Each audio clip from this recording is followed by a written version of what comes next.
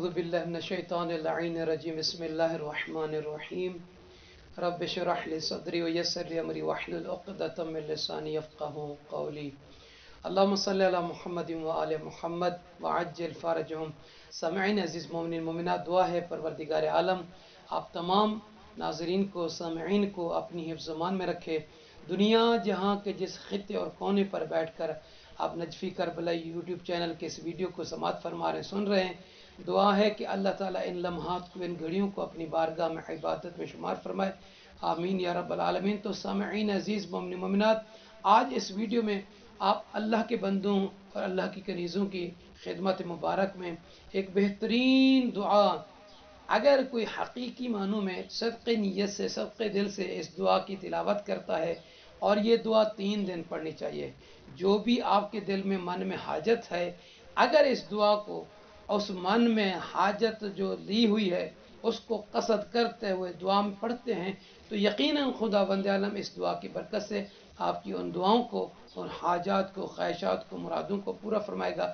اگر آپ اپنے لیے پڑھ رہے ہیں، کسی دوست کے لیے پڑھ رہے ہیں، کسی فیملی کے لیے پڑھ رہے ہیں، والدین کے لیے پڑھ رہے ہیں، اولاد کے لیے پڑھ رہے ہیں، اپنے شوہر کے لیے پڑھ رہے ہیں، اپنی وائف کے لیے پڑھ رہے ہیں،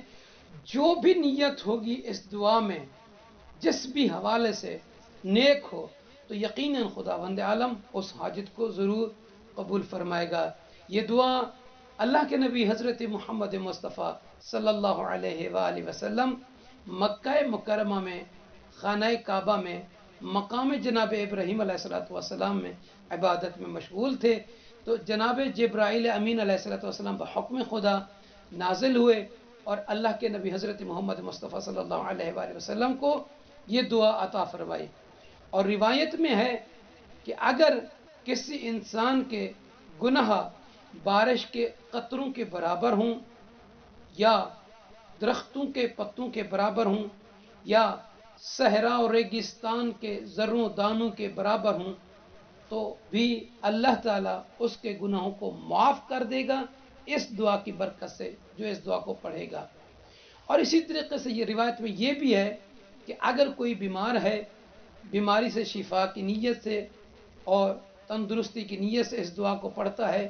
تب بھی اللہ تعالیٰ اسے اس دعا کی برکت سے شفا عطا فرمائے گا. اگر مقروض ہے تو اللہ تعالیٰ اس دعا کی برکت سے اس کے قرض کو غیب کے مال سے، غیب کے رزق سے ادا فرما دے گا، یا رزق کے اسباب عطا فرمائے گا تاکہ اس کا قرض آسانی سے ادا ہو جائے. اور اگر کوئی پریشان حال ہے، دکھی ہے اور کرب میں زندگی گزار رہا ہے، تو اس پریشانی کی دوری کے لیے اور دکھ کی تکلیف کی دوری کے لیے بھی اس دعا کو پڑھ سکتا ہے. یقیناً اللہ تعالیٰ اس دعا کی برکت سے اس کے دکھوں کو، اس کی پریشانیوں کو دور فرمائے گا. تو وہ دعا ہے، دعائے مجیر ہے، بہت ہی خوبصورت دعا،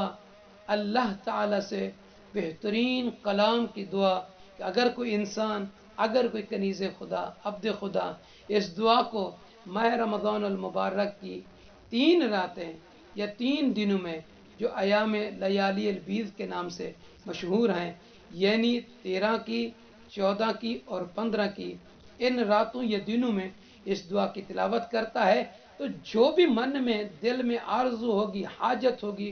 اللہ تعالیٰ ضرور ضرور اس کی پوری فرمائے گا. تو انشاءاللہ تعالیٰ دعا کے کچھ کلمات آپ مومنین کی سماعتوں تک بیان کرنے کی سعادت حاصل کرتے ہیں. اور آپ تمام سننے والے احباب سے عرض ہے کہ ہمارے نجفی کربلا یوٹیوب چینل کو بھی سبسکرائب فرما دیجیے گا تاکہ اس طرح کی ویڈیوز اور اچھے اچھے اعمال و اذکار آپ اللہ کے بندگان اور کنیزان کی خدمت اور سماعتوں تک پہنچاتے رہیں. آمین یا رب العالمین. تو آئیے دعائے مجیر کی تھوڑی سی تلاوت کرتے ہیں، اور باقی ڈسکرپشن میں دے دیں گے، آپ اس کو ضرور تلاوت کیجیے گا 13، 14 اور 15 کے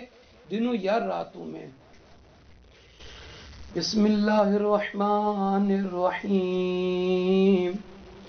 اللہم صل علی محمد وآل محمد. سبحانک یا اللہ تعالیت یا رحمان، اجرنا من النار یا مجیر. سبحانک یا رحیم تعالیت یا کریم، أجرنا من النار يا مجير سبحانك يا مالك تعاليت يا مالك أجرنا من النار يا مجير سبحانك يا قدوس تعاليت يا سلام